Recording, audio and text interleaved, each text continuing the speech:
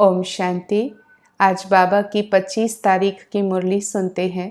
शिव बाबा कल्याणकारी हैं, साथ साथ ये ड्रामा भी कल्याणकारी है।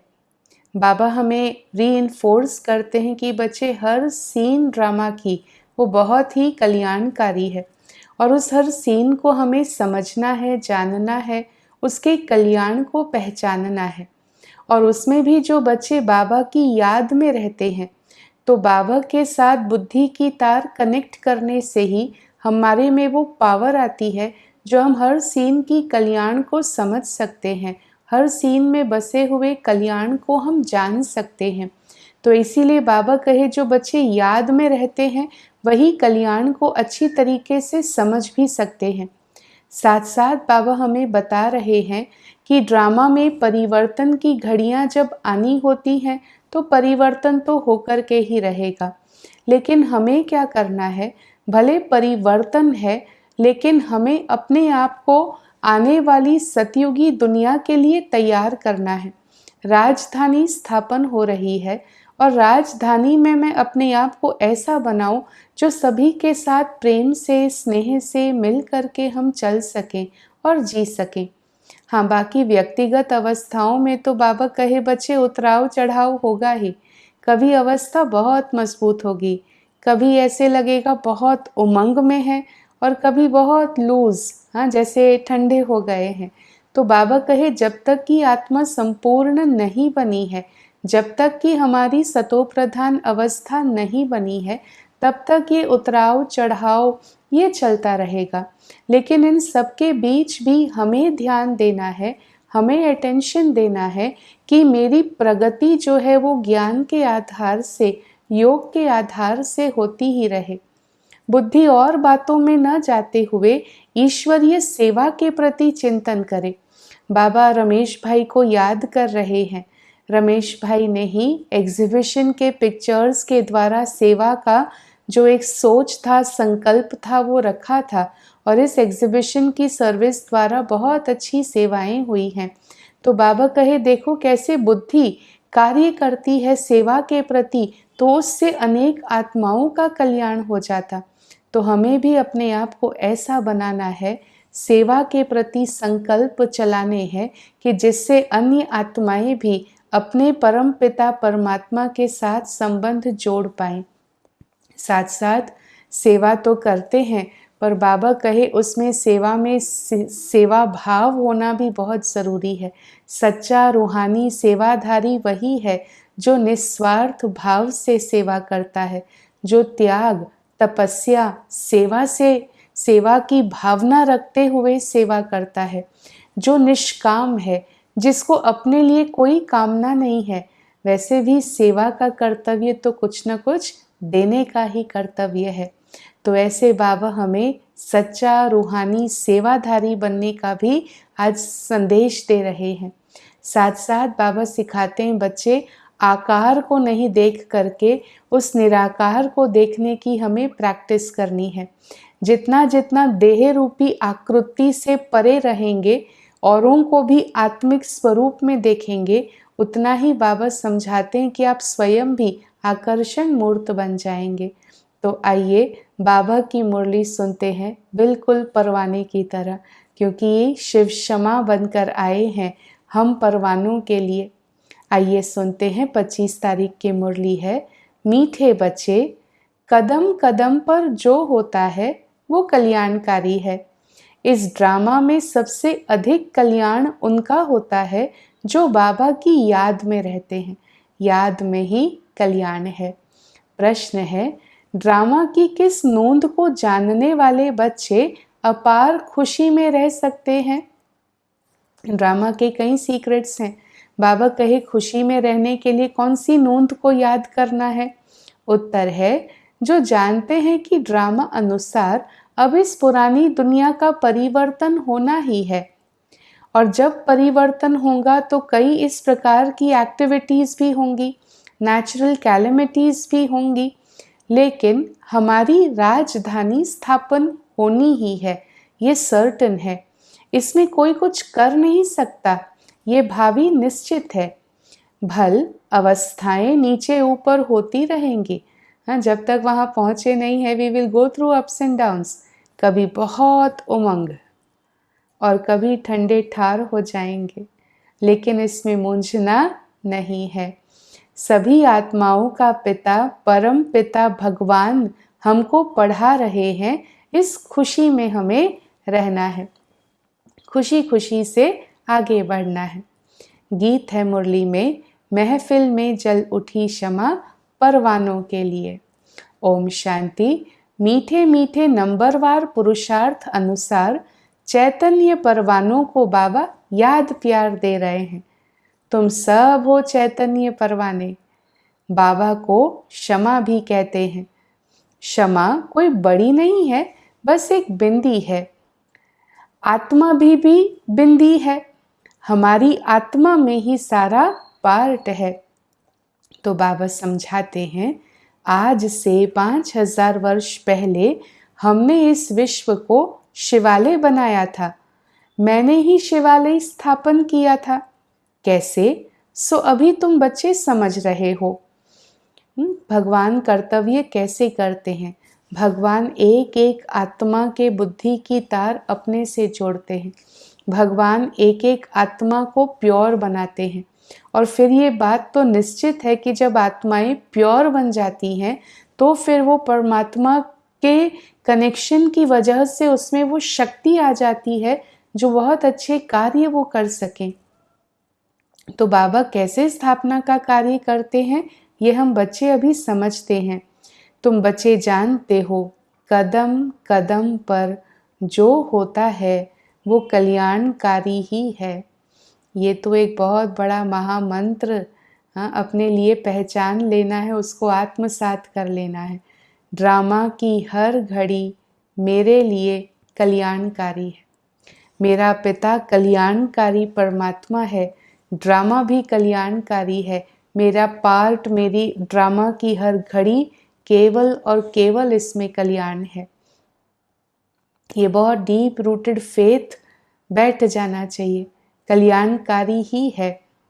एक एक दिन जास्ती कल्याणकारी उनका है जो बाबा को अच्छी रीति याद करके अपना भी कल्याण करते रहते हैं। तो ये है ही कल्याणकारी पुरुषोत्तम बनने का युग है। बाबा कल्याणकारी, ड्रामा कल्याणकारी, समय भी कल्याणकारी, पुरुषोत्तम संगम युग है। बच्चे जानते हैं इस दुनिया का परिवर्तन तो ज़रूर होना ही है। एज इट इज़ इस दुनिया में अभी सस्टेन करने की उतनी स्ट्रेंथ नहीं है। रिन्यूअल ज़रूरी है। तो नेचुरल कैलेमिटीज़ भी आएंगी। हाँ, रिन्यूअल की एक प्रोसेस रहेगी। तो हो सकता है कि अलग अलग तरीके से ये हो, जिसमें से एक है नेचुरल कैलेमिटीज़। अब तुम्हारी राजधानी तो स्थापन होनी ही है, वो सर्टन है। किसी की भी ताकत नहीं है जो इसमें कोई कुछ कर सके, है ना। समय जब चलता है, परिवर्तन है, तो परिवर्तन होना ही है। कोई उसको स्टॉप नहीं कर सकता है। बाकी हाँ, अवस्थाएं तो नीचे ऊपर होंगी ही। ऐसा नहीं कि लाइफ बिल्कुल स्टेबल रहेगी, रोज एक जैसा वाइब्रेशन फील होगा, नहीं। अवस्थाएं ऊपर नीचे होंगी।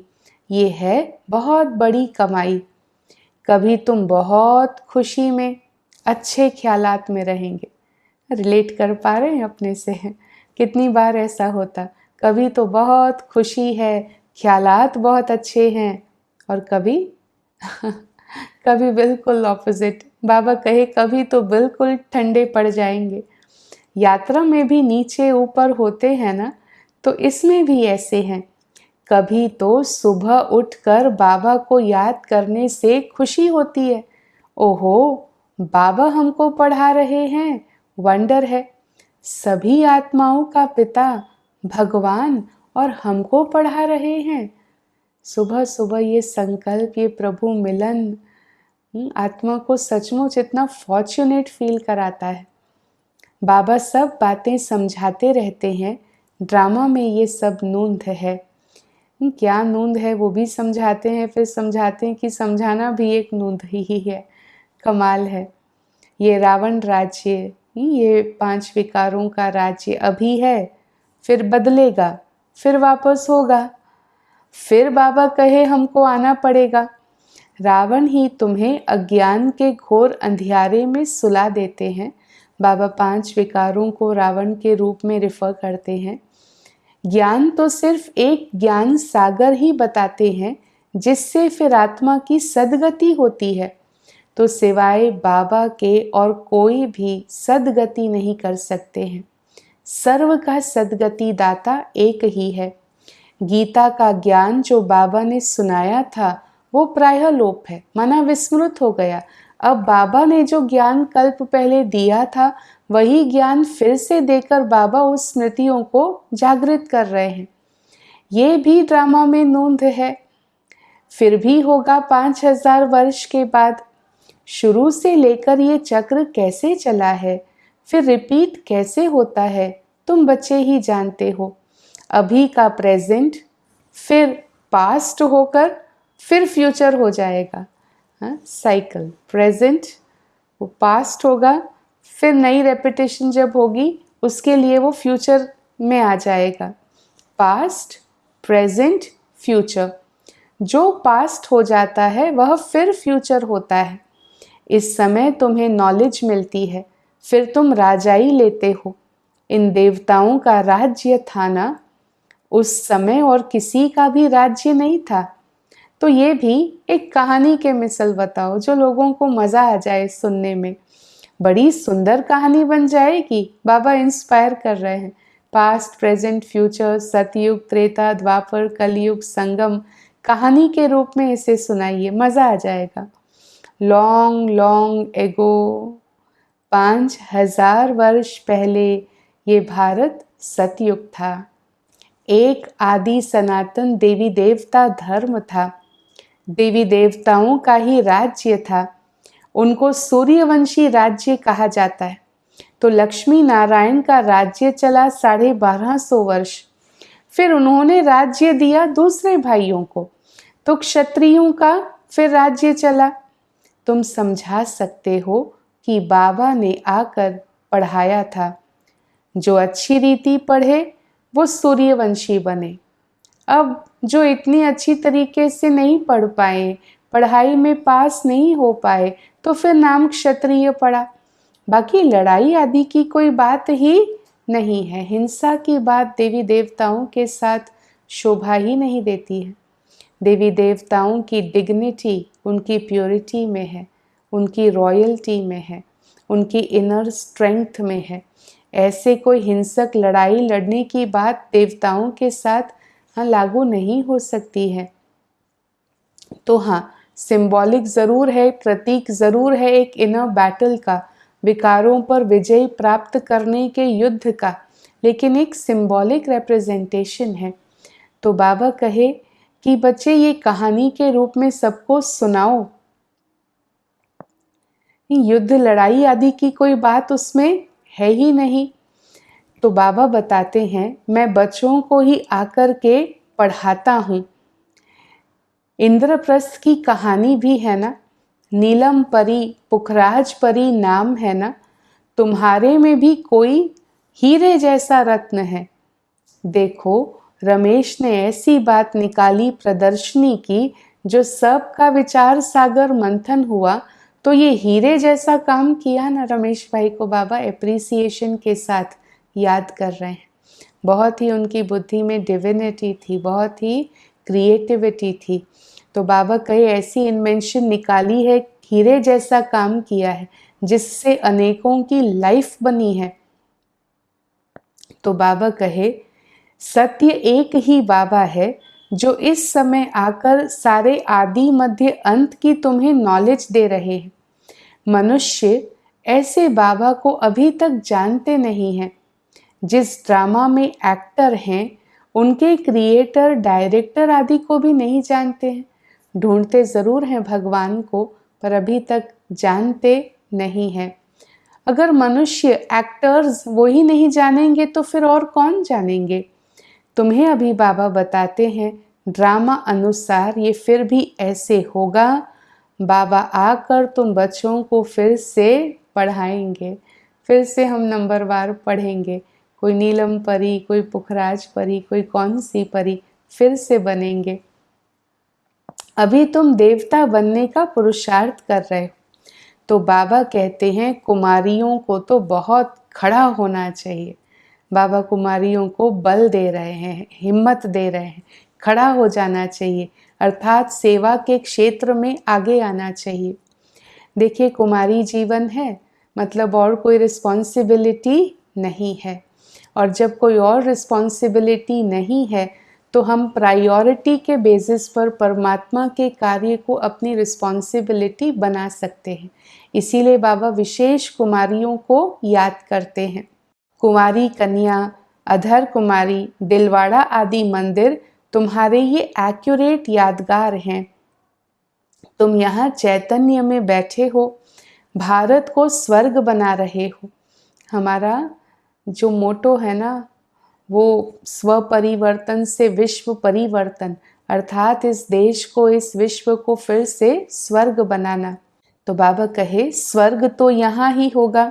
मूल वतन, सूक्ष्म वतन कहाँ है? तुम बच्चों को बाबा ने समझाया है।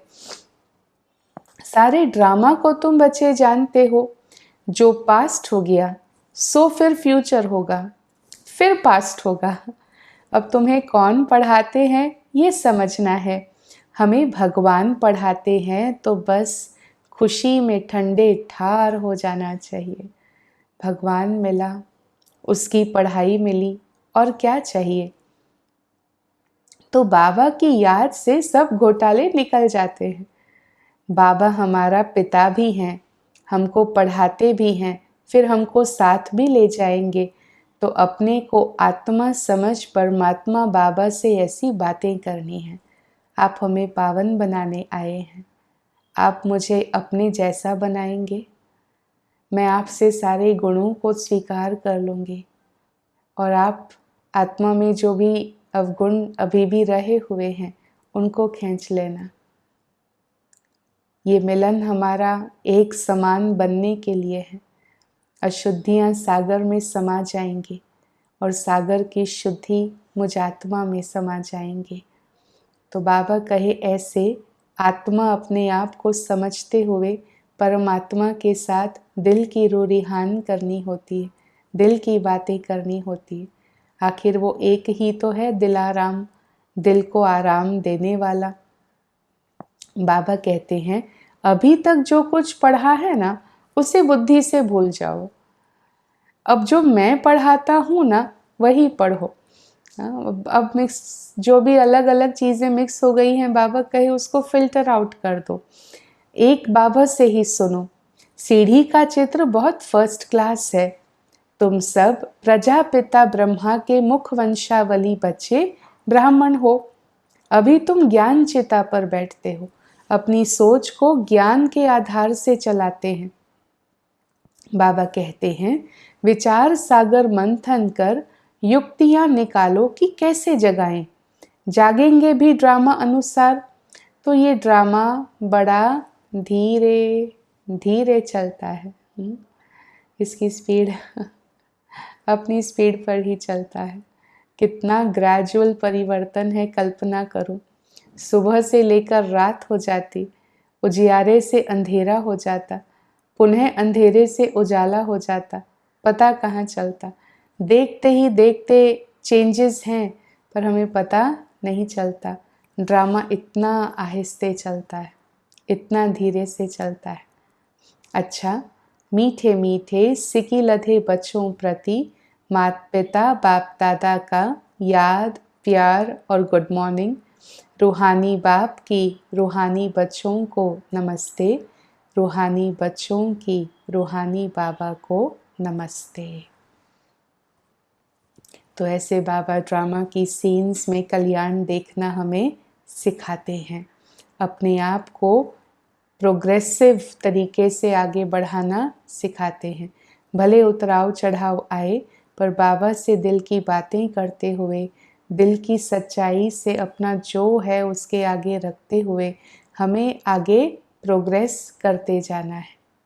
वरदान है आज की मुरली से, सेवा द्वारा योग युक्त स्थिति का अनुभव करने वाले रूहानी सेवाधारी भव। ब्राह्मण जीवन सेवा का जीवन है। माया से जिंदा रखने का श्रेष्ठ साधन सेवा है। सेवा योग युक्त बनाती है। ब्राह्मण जीवन बाबा कहे ये सेवा की जीवन है और माया से भी दूर बचे रहने के लिए, जिंदा रहने के लिए साधन सेवा है। सेवा ऐसी है जो योग भी लगवाती है, लेकिन सिर्फ मुख की सेवा नहीं, सुने हुए मधुर बोल का स्वरूप बनकर सेवा करना, निस्वार्थ सेवा करना, त्याग तपस्या स्वरूप से सेवा करना, हद की कामनाओं से परे निष्काम सेवा करना, इसको कहा जाता है ईश्वरीय व रूहानी सेवा। मुख के साथ मन द्वारा सेवा करना अर्थात मन मनाभव स्थिति में स्थित होना। स्लोगन है, आकृति को न देखकर निराकार बाबा को देखेंगे तो आकर्षण मूर्त बन जाएंगे। देह रूपी आकृति को न देख निराकार को देखना, स्वयं में भी आत्मा स्वरूप को पहचानना, औरों को भी आत्मिक स्वरूप से, आत्मिक दृष्टि से देखना, और बुद्धि तो उस ज्योतिर्बिंदु की ओर देखती ही रहे। बाबा कहे निराकार बाबा को देखेंगे तो आकर्षण मूर्त बन जाएंगे। तो ऐसे बाबा हमको बहुत ही प्यार से हमारी जीवन संवार रहे हैं, वाकई हमें स्वर्ग की ओर ले चल रहे हैं। ओम शांति।